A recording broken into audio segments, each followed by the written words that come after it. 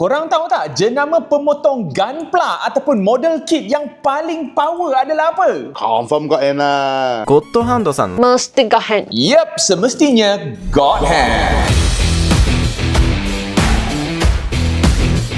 Holy moly, hi guys, nama saya Gordon the Great Hobby Man. Kepada sifu-sifu gunpla yang dah lama berada dalam hobi ni, korang mesti tahu God Hand ni adalah pengepit yang ala-ala macam Ferrari dalam dunia pengepit ya. Harga dia orang memang bukan main-main. Tapi ada satu hari, biar betul guys. Sejak bila God Hand ada barang murah ni? Ni beginner pack satu set harga 120. Jap. Oh, ni harga promo. Ni untuk bulan 3 saja promo dia ni. Sebab nampaknya harga asal dia 167. Tapi murah juga kalau tak ada promo ni. Aku tak boleh ni. Aku yang ni mesti kena nak beli ni. Serius, aku tak pernah mimpi jenama premium akan ada starter kit yang mampu milik ya. Dalam setnya ia datang dengan nipper God Hand ni. Kit ini juga datang dengan file besi dari God Hand. Yang ni memang barang yang sangat premium ya. Serta God Hand punya tweezer. Dan jangan lupa sanding sponge God Hand dari 240 grit sampai 1000 grit ya. Dan yang paling aku suka adalah beg yang datang dengan kit ini ya, di mana siap ia ada kompartmen untuk simpan nipper, file besi dia dan tweezer dia tau. Serta macam-macam barang korang boleh muat dalam beg ni, agak besar ya.